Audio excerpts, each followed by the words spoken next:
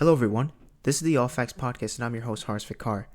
And this is the Ramadan Series, where I will be talking about lessons, stories, and experiences, and anything Islamic related during the month of Ramadan. And since it is the month of Ramadan, let's all enjoy ourselves. Let's enjoy our fasting, enjoy our time, enjoy what we're going to do. So sit back, relax, and enjoy this episode. So let's get to it. Okay, what's good, everyone? We're back at it with the All Facts Podcast here. I'm your host, Haris Fikar, and I have a special guest here, and you care to introduce yourself? Yes, Assalamu alaikum, everybody. My name is Omeed. You already know. I don't know, man. Like, I have followers from like Paraguay and like foreign countries, so I don't know. I don't know if they know you.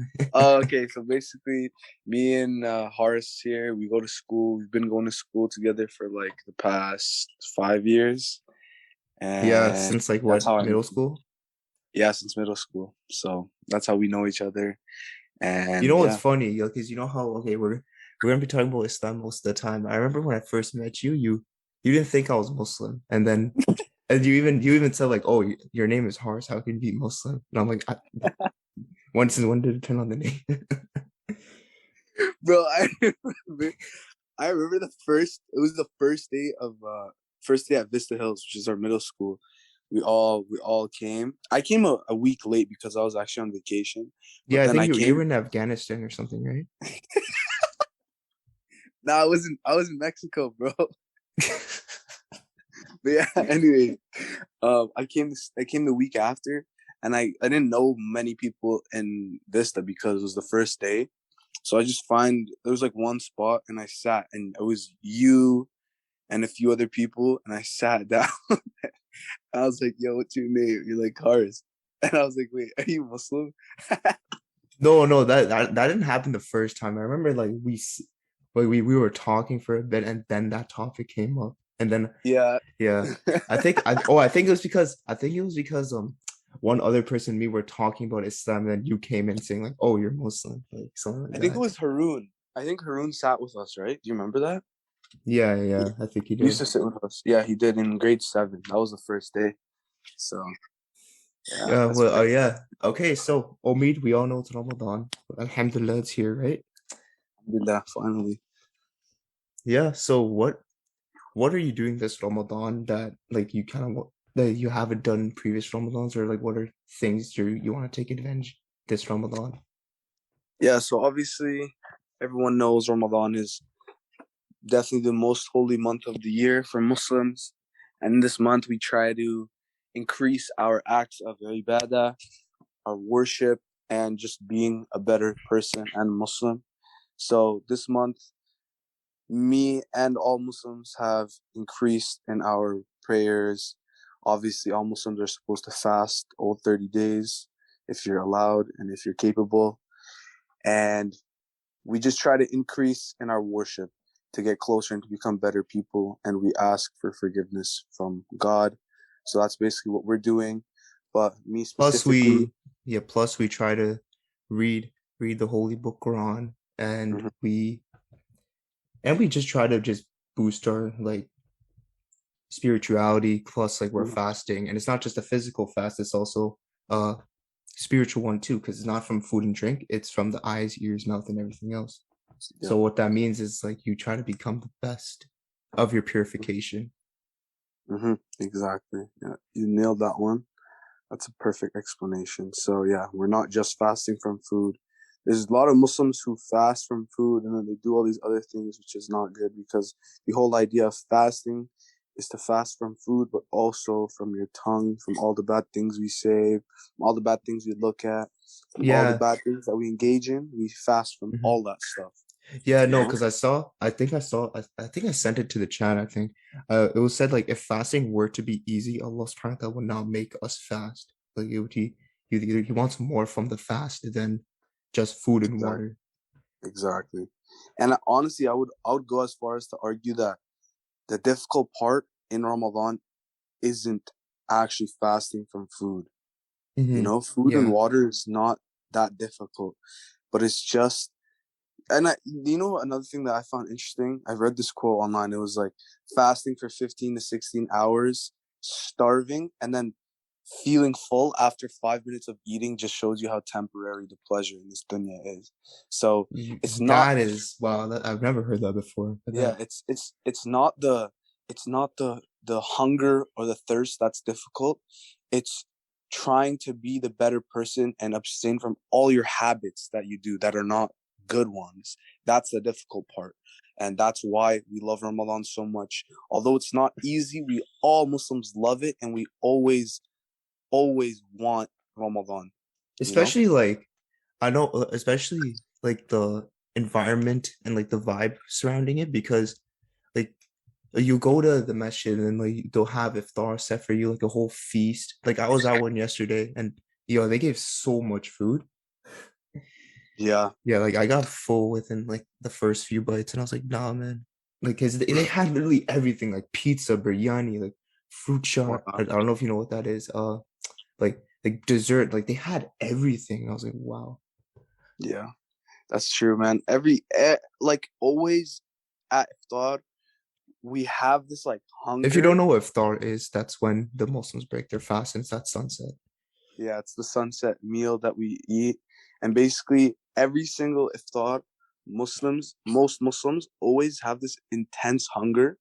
And before we actually eat, we prepare so much food that most of the time is unnecessary, you know? Mm-hmm. And we get full. I feel like when you're fasting, your stomach actually gets smaller and you eat less than if you were to not fast.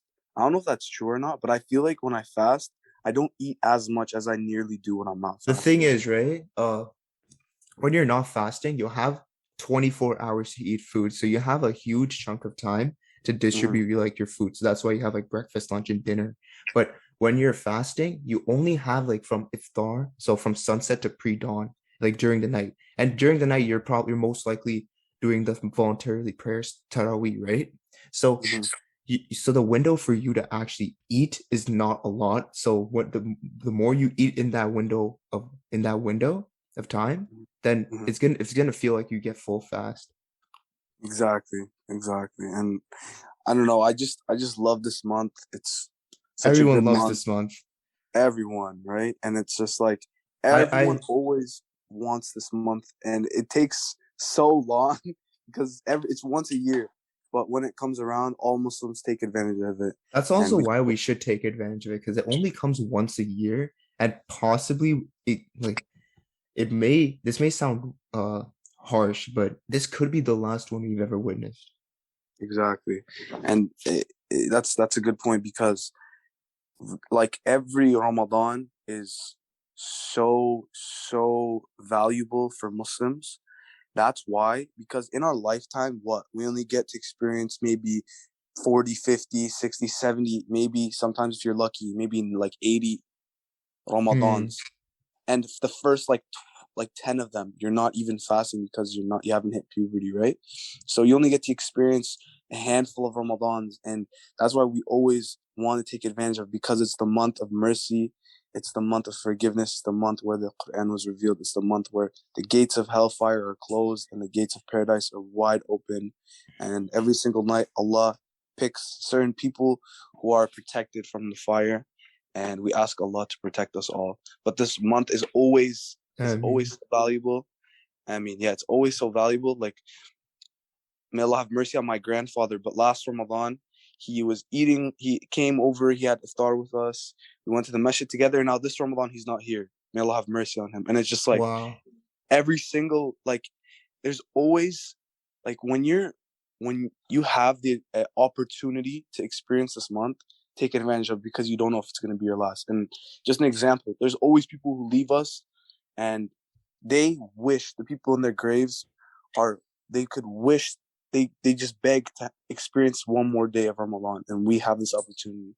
Yo, So you know how you were talking about like how you've seen around and some people are not really fasting from just food, or they're not fasting, or no, they are fasting from just food and water, but they're not doing the mental, the spiritual part of it, right? I yeah. think, and you said like in Ramadan, that's when we try to boost ourselves. However, when you really think about it, the best way to kind of avoid that is to always have a preparation for like if you know Ramadan's coming up in a month, you should try to prepare yourself for Ramadan. So when it's Ramadan, you would do the best you can. And since it's already Ramadan right now, we could use like the first a few days of the month, and then like in the final 10 days, which are the most important days actually, like those, that's when you can boost yourself to purification and all that. But how did you prepare for this Ramadan if you did any like some sort of preparation? Yeah. Because what I did, sometimes I would fast from, you know how it's in you know Yeah. how the Prophet used to fast from Mondays and Thursdays, right? Sometimes I would Hmm. do that. And also like I also limited around like the music I listen to. I also limited like the time I went on social media. Like that's these are some things I did, but and I think for Ramadan it kind of the social media thing, like I watch YouTube a lot because it's about Ramadan mostly, but Hmm. like a social media thing like Instagram, Snap, and all that, I've limited that to like under 30 minutes, and I think it's great. I've prepared that well. Plus the fasting, like I love fasting, so I just love doing it. And if I love doing something, I'm gonna enjoy it. Like I'm Hmm. fasting right now and I enjoy it. So Yeah, I agree, honestly. Like, and for those who haven't fasted before, who are listening to this, honestly, I'm gonna be honest, the first few days are very, very difficult.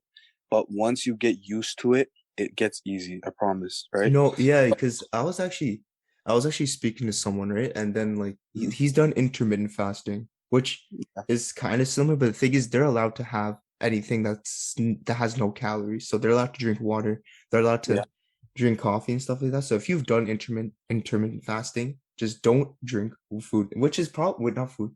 Don't drink water, which is probably difficult. And I agree with Omeed. Like for the first couple of days, uh it's like it's gonna feel bad, but I think the more experience you have, the easier it becomes. Unless like you're Exactly. sick, and then it's really, if you're sick, then you shouldn't really fast. But yeah, Exactly. It's because it's an adjustment for your body. Every time when you switch up something, like if you lack nutrients and you're not taking your vitamins, then it's an adjustment. And fat not eating or drinking any water, fasting is an adjustment for your body. But it's a good adjustment because like according to like scientists, when you fast, it actually is a repair period for your digestive system to yeah. I actually was actually repair about to itself. talk about that. I was about to say like back in the day when when the Muslims would fast and all that, right? Like it's Hmm. kind of crazy how like now scientists are figuring out that fasting is great for your body and it repairs your digestive system and it just helps Hmm. with your overall diet. While Muslims have been doing this from time to time, so it's kind of like they already knew. Yeah, it's ironic because like especially atheists, they say religion is not backed by science. But if you look at the Quran, I'm pretty sure out of like I think there's like 6,000 verses in the Quran or something like that. The thing Out is, of yeah, the six, I think it's actually like 6666 or something. yeah, it's around 6,000 verses in the Quran. And Wait, let me search it up. Yeah, I you was should watching continue. this lecture by Dr. Zakir Naik, and he said 1/6 of the Quran is talking about purely science. So the book of Muslims, the Quran, is actually a book of science. And there's so much linguistic, mathematical, scientific miracles in the Quran. If you just do your research and you just look into it, it's clear as day that Islam is Oh, not. yeah, It's, continue. yeah, it's clear as day that Islam is not a religion that is not backed by science. It is backed by science, by truth, by miracles, right? And all it takes is just a little bit of research. I promise you, just do some research on religion because if you haven't already, when you find a purpose, life has so much more meaning. And I that's agree. why, That's why you see that's a lot of like exactly, prisoners and all the like a lot of people that yeah, uh not a lot of people that like reach rock bottom, they eventually find Islam and they say it's the best decision of their life. exactly, exactly. Like And what's his name? There's this one guy. He was like a famous Latino criminal, and then he converted to Islam, and then yeah, yeah, you know Mike Tyson, he also converted in prison, I'm pretty sure. yeah. Oh yeah, I think so. Oh yeah, Yeah. I think yeah. Remember when I said it was 6666? That's actually a myth. Apparently, it's 6,236 excluding Bismillah, but with Bismillah, it's three 6,349. So that's just a Yeah. fun So fact. Yeah, so out of those verses, 1,000 of them at least talks about science. So yeah, but backtracking a little bit, just preparing for Ramadan, I'd say um, what you can do is definitely fasting before Ramadan starts. But personally, it's just getting in the right mental state and preparing yourself That's for the fast. important. Yeah.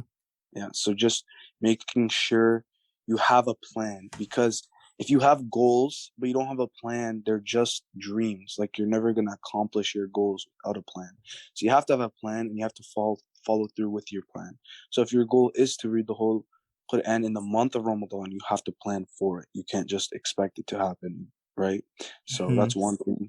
And just have a you know what I do? I have a list of, like, in my notes, I have a list of du'as that I read, and like du'as, dhikr, just a whole note of it. And usually every morning and night, I just go through it and just read as many of them as I can, because there's actually there's so much blessings in dhikr and making du'as. Like there's a Hmm. gate, one of the gates of Jannah is for the ones who had the name of Allah on their tongue, for the dhakirin. I'm pretty sure that's the word, the plural word, for the ones who always remembered Allah. So there's actually a gate of paradise. So it's very important to remember Allah in this month. So that's one of the things that I usually do. I do agree with you. Like you kind of have to get into the mental state before Ramadan, and like you Mhm. should have a plan. However, like for me, a lot of the times, a lot of things don't go as planned. So that's why before I try to build a basis and then I try to build good habits from that. And then once I do that, then I can go along with how I plan technically. And if it doesn't work, then I kind of know how to go around it. Like Yeah, if honest. something doesn't go as planned, I'll know how to make it up, or if Mhm. or I'll think about something else. Yeah, like if like what I was saying earlier, this Ramadan is kind of different from the last two that we've had, because the last two Ramadans, for the most part, there wasn't really any Hmm. school that we had to focus on. So it's a bit of an adjustment, because the last two Ramadans, we just all we had on our mind was just Ramadan, Hmm. Salah, dhikr, going to the masjid, and I loved it. It was a blessing. People forget that Yeah. maybe You the know how pandemic was like actually. last year I literally was on track to finish the Quran twice there during the Ramadan. But then now I go to this year, I thought I could do it this year. The thing is, I'm not on the trajectory right now to finish it twice, Mhm. which yeah, it was the first I had to adjust, but yeah, like that's how much time I thought like I really had last year. And I felt like could have appreciated that time more. Yeah, exactly, exactly, man. And this is why I'm saying you always have to take advantage of your time, because the prophet, Hmm. even the prophet said, he said a bunch of things, and he was like, one of the things that he said was, take advantage of five before five, I think, or three before Yeah, three. And yeah, one of the five before five. yeah, and one of the things that he said was, take advantage of your free time before you become Hmm. preoccupied. And that's something that we should have acknowledged more the last two Ramadans. So, but yeah, last two Ramadans, it was like last year it was school, but like for the most part during Ramadan, it was all online. So it wasn't really Hmm. that like too serious. But especially the one in 2020, pandemic lockdown, that was one of my favorite Ramadans, because it was just you and Allah. There was no distractions. You didn't leave your house, and it was I that Oh was man, probably my that I favorite feel like Ramadan. that Ramadan was just like for the whole world, man. Yeah. Because everyone had to witness the pandemic. Everyone had to witness like what just like they had to personally Mhm. cook the meals. Like it's not like they could go to any iftar parties. Exactly, exactly. And that was a blessing, man. I feel like the whole world needed that. And it was a blessing, and we are grateful for that. And low key, sometimes I wish I could go back, but it's okay. Things happen and everything happens for a reason. But yeah, that Ramadan and the last years was we weren't preoccupied. So it's important to make sure you have balance in your life. Like on one end of the spectrum, you don't want to um completely ignore Ramadan and just focus on school. I know some people, they don't fast when they have exams or when they have to study for the test, and that's completely wrong, because I fasted before when I had tests and exams, and it doesn't really take away from anything, right? If anything, it actually helps you focus better. Actually, Um, one of my friends, like he had to break his fast during an exam in university, right? Hmm. It was yeah. Yeah, sometimes and then it was like he had to literally raise his hand to ask the prof what time it was. Wow. Yeah. So it's obviously it's not easy, but it's a sacrifice you have to make, and Allah Hmm. never lets a good deed go unnoticed. So every time you're fasting, it's a form of jihad, right? Jihad just means struggling in the path of Allah. So when you are fasting, you're doing it for Allah, and Allah doesn't let it go unnoticed. You get rewarded for it. So you always have to remember that. But you have to make sure that one, like what I was saying, one end of the spectrum, make sure you don't just ignore this holy month because you only have a handful of them in our lifetime. But on the other end of the spectrum, don't forget your part in this world. Like, don't just ignore your duties that you have in this world, like taking care of your family, Hmm. getting income. You have to have a balance basically, and that's important. Even So school, like yeah, like yeah, if you like let's say you want to be if you want to be like if you want to be something in this world, like try to do that as well, plus maintaining a relationship with Allah subhanahu wa ta'ala. exactly. Yeah, that's Which well also said. reminded me of you know the Umar Suleiman series, right? About the Day of Judgment. Yeah, yeah. It kind of reminds me that like whatever good you do in this world or like whenever you do for Allah, Allah won't let you down on the day of judgment. He's not like a typical friend where it's like sometimes you can do so much good for a certain friend and he might not repay you back. But if you do anything for Allah, Allah won't let it go unnoticed. And even sometimes Allah subhanahu wa ta'ala can pick things that you didn't even think that you could even get. Like you probably didn't think it was a good deed yet. Allah subhanahu wa ta'ala could count it as a good deed. Hmm. Exactly. That's another thing, right? Like how you said, I like how you said you can do so much for somebody in this dunya, but In you this world, yeah. in this dunya, there's no such thing as true justice. Like you can always do something, and you can always be wrong, but you can never get full payback, and that's the beauty of our religion because we believe Yeah. in the day of standing, in the day of resurrection, the day of judgment. Everyone and everything will have justice. Like even the animals will get justice. I don't know if Hmm. you've heard about the like if an animal is like treated unjustly by another animal, they get their justice. But then all Even animals, like yeah, even like if you like even your like body parts like your tongue, your ears, your hands, like yeah, they'll all talk about like what how you treated each thing, like what did you exactly, deal with good or did you not? So exactly. And on that day, nothing. Actually, no. Every single thing in this world is owned by the Almighty Allah, right? that's So why that's why it I think yeah, that's why I think for the Day of Judgment will last like 5,000 years or something. I may be wrong on that. 50,000, yeah, 50,000 50,000. year. Yeah, 50,000 years. Mm. I just forgot a zero. But yeah. Yeah, so that's why it'll take very long because it's gonna be for every single thing. However, if you are a true believer, it's just like a prayer. It's just like a time between Yeah, prayers. exactly. Yeah, and like that day is like if you haven't done the research on that day, there's so much to study about the Day of Judgment. Hmm. Even And yeah, I would recommend the Omar Suleiman series, like the Day of Judgment. It's continuing on now. yeah, Like I love that. It's so well produced. Have you seen like the quality of the production? It's very well produced. It's like yeah, yeah, like the almost like a movie. images. Yeah, the Yeah, it's almost like a images. The thing movie. is, he has a whole team that can do that for him. That's why. Yeah.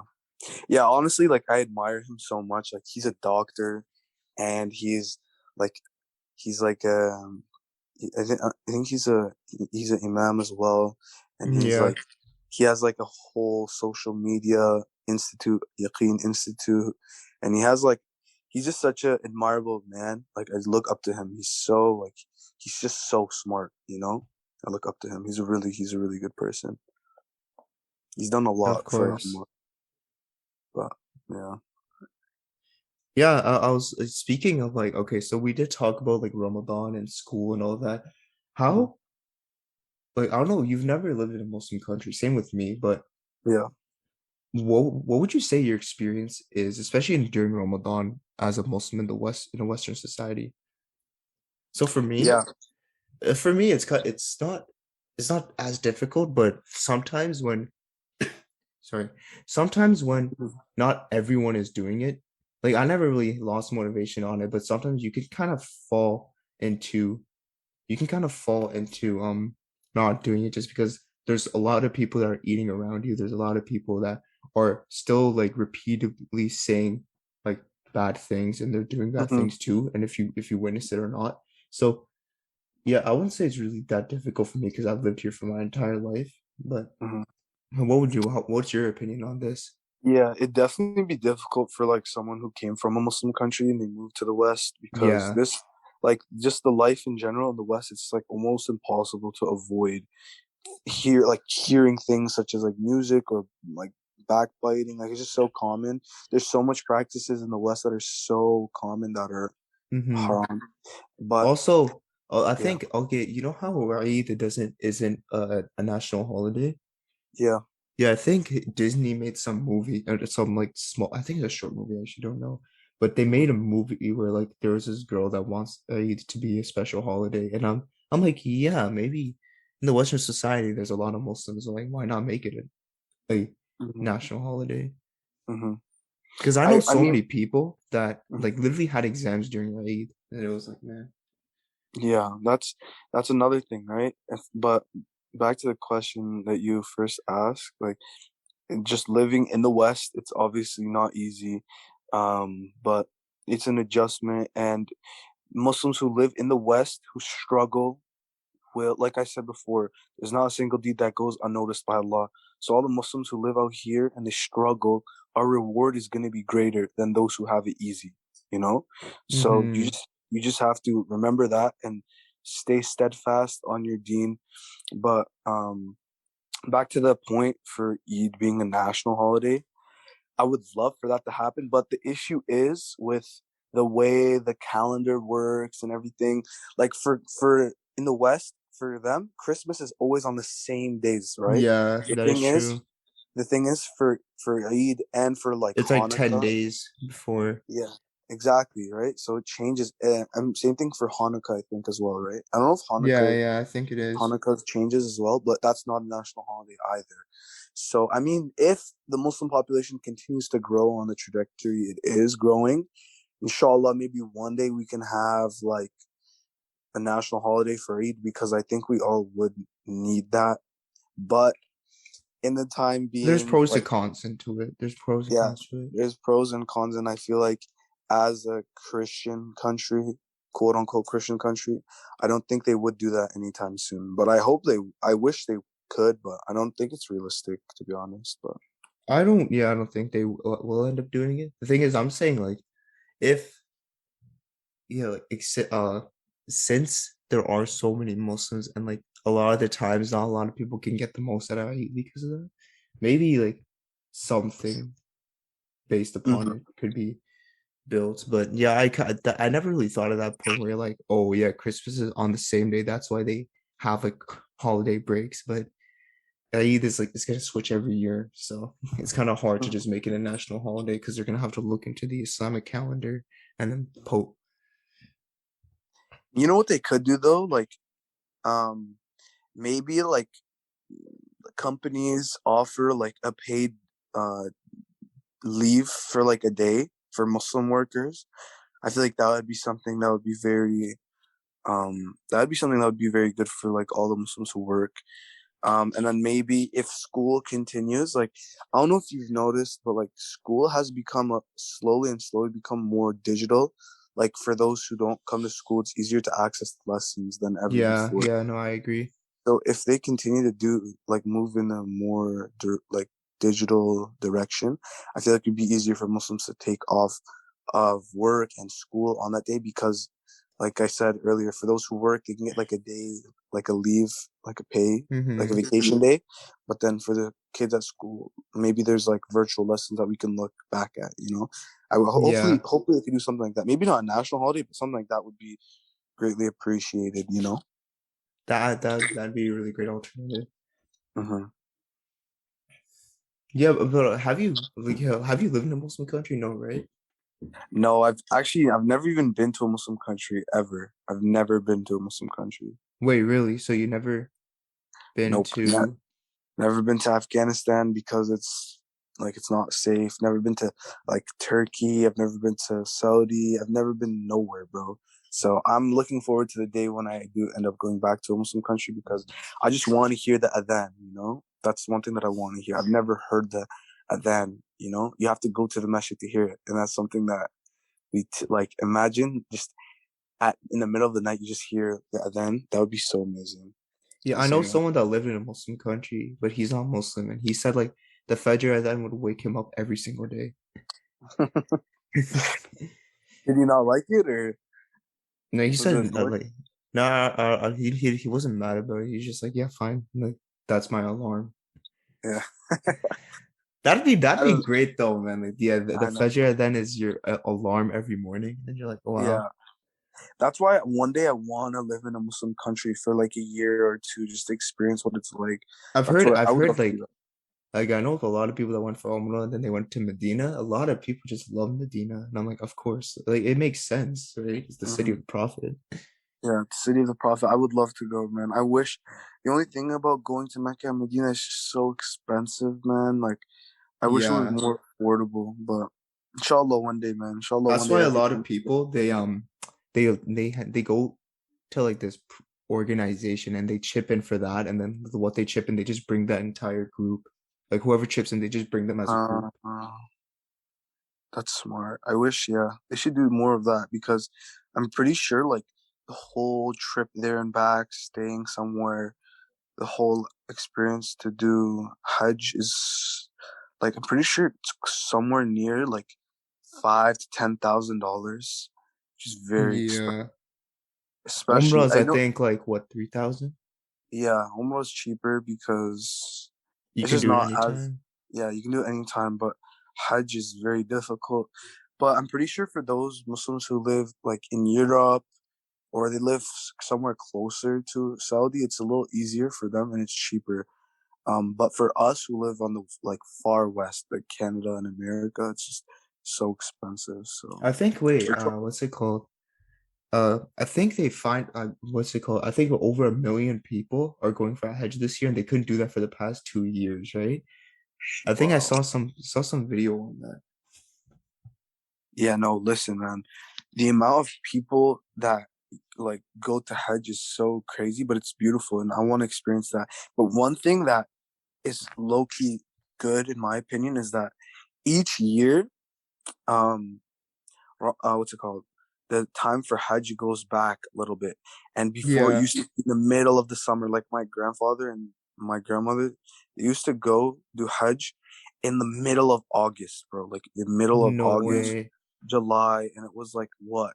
In Saudi, it's like what 50 degrees Yeah, sometimes. 50, 60 degrees probably. Yeah, and there's no shade, bro. There's like barely any shade, and you have to do like the whole. It's not just doing the tawaf. You have to go to like There's just so many things you have to do, and especially on the day of Arafat, like you have to go, and it's just like it's beautiful, but it's the temperature is extremely hot and it's Yeah. unsafe.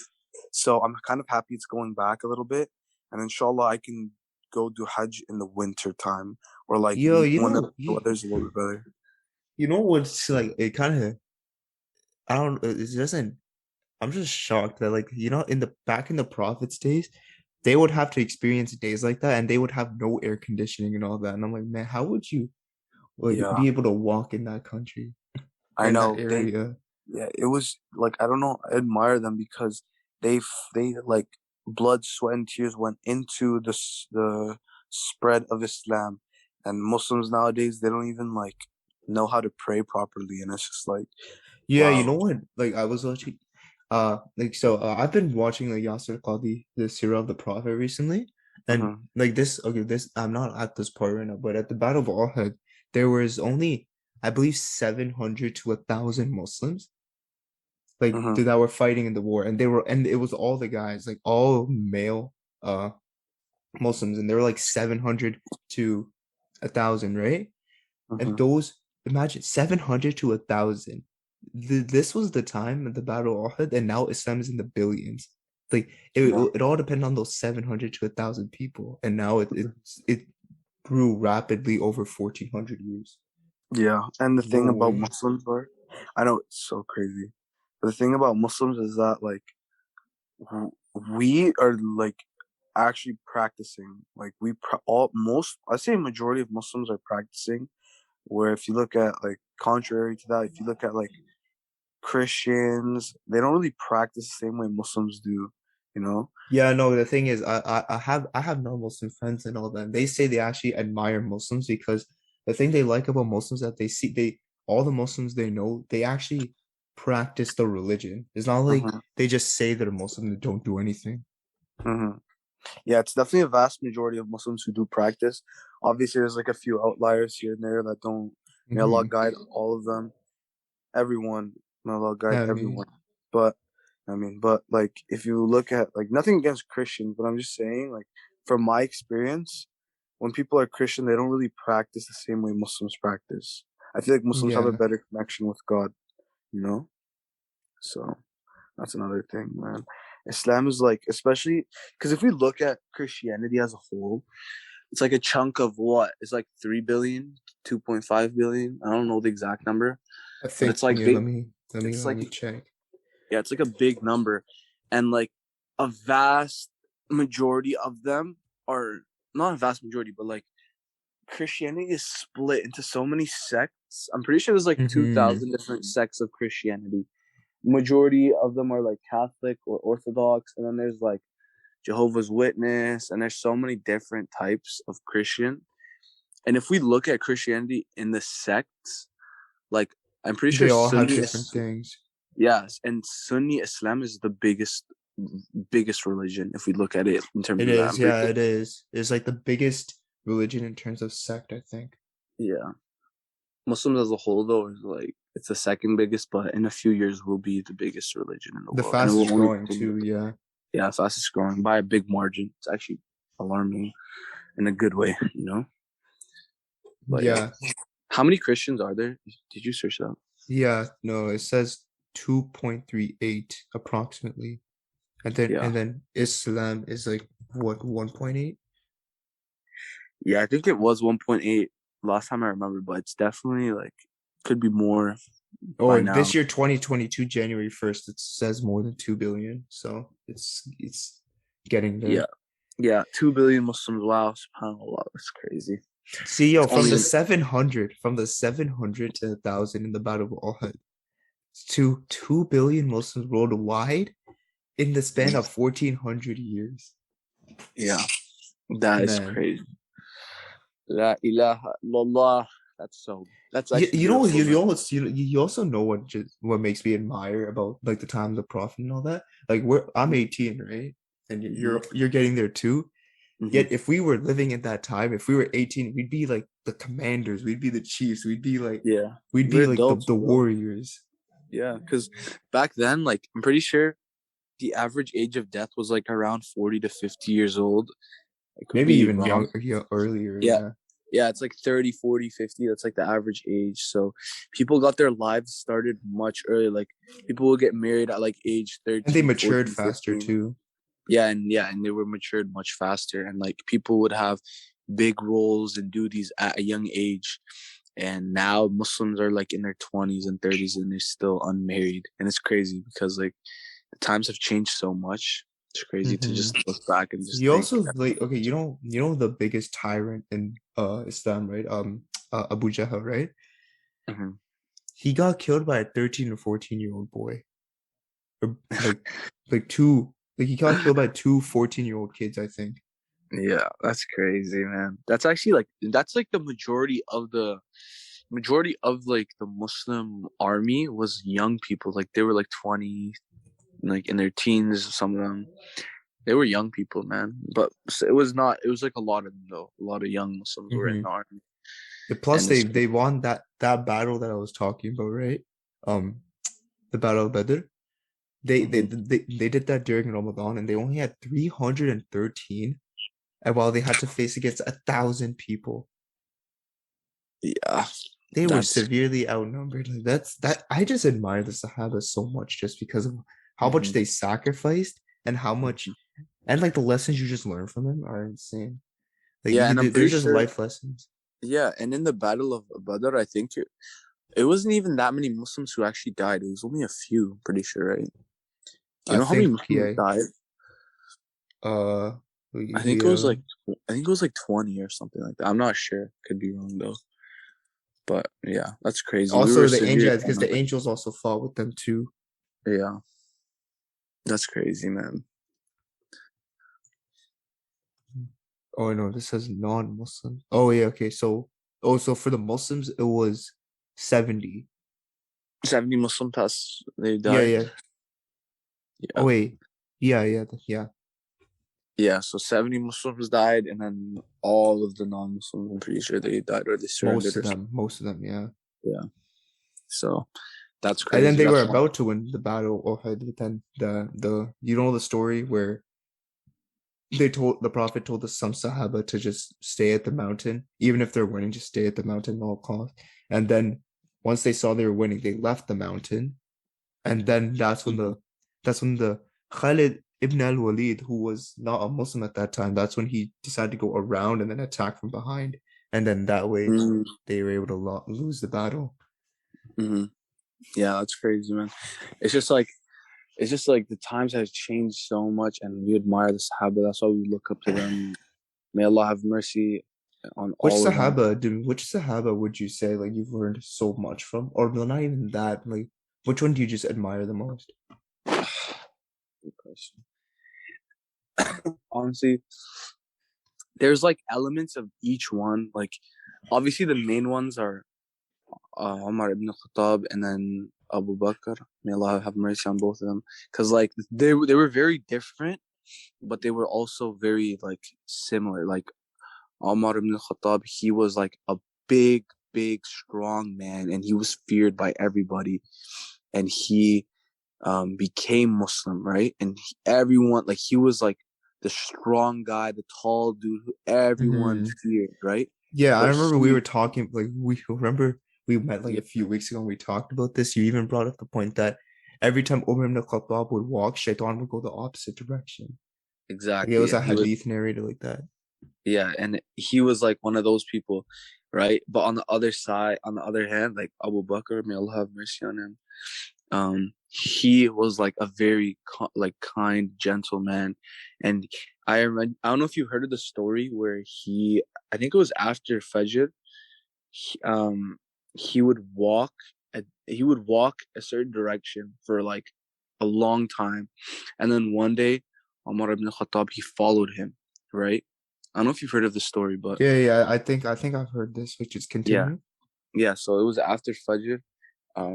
They prayed in the masjid, and then Abu Bakr would just leave, and he would walk in one direction for like a very long time, and he would do this every day. So then Umar ibn Khattab, he was curious, so one day he followed him, and he kept a certain distance where he could still see him, but Not um enough for Abu was, Bakr to see him. yeah, yeah, not enough for him to see. But then they were walking, and eventually Abu Bakr walked inside of this like hut or like this house kind of thing, and he was very curious. So then I think he was waiting outside or he came in after him. I'm not 100% sure, but basically what happened was, after Abu Bakr left, uh, Umar ibn Khattab, he went inside of the hut, and there was a woman who was blind inside of the house, and then Umar ibn Khattab asked her, "What did Abu Bakr do when he was here?" And then apparent, I don't remember exactly what it was, but I think he milled the wheat, or he like grinded the wheat. He like cleaned the house. He fed the Oh orphan, yeah. and he did all these things, and then he left.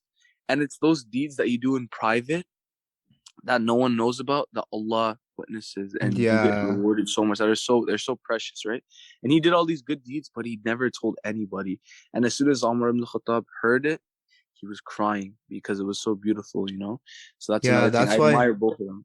Yeah. Umar ibn Khattab, talking about more about Abu Bakr radiallahu ta'ala anhu. Uh, Umar ibn Khattab, like he said, there were three main things that Umar ibn Khattab said about Abu Bakr that's just you admire Abu Bakr so much. So one was that I don't know if it was Umar ibn Khattab that said this, but I know one of the Sahaba said that like so they were so like they were all gathered in a circle, right? The Sahaba, and then the Prophet was saying like, okay, who did this? And Abu Bakr said, I did. Oh, yeah, Rasulullah. And then the Prophet said, oh, who did this? And I said, oh, I did, yeah, Rasulullah. He's like, oh, who did this? And I said, oh, yeah, Rasulullah, I did. And Abu Bakr kept on saying, I did, yeah, Rasulullah. And then everyone was just like shocked, right? And then Mhm. okay, so then once Umar ibn Khattab, like he gave like I think he gave like a good amount of he gave like I think a quarter of his wealth. I think that was money, but a quarter of his wealth to like the poor or something. And then the Prophet ﷺ said like, okay, who gave a quarter of his wealth to the the poor? And then Omar said like, oh, I did, ya Rasulullah. And Abu Bakr didn't say anything.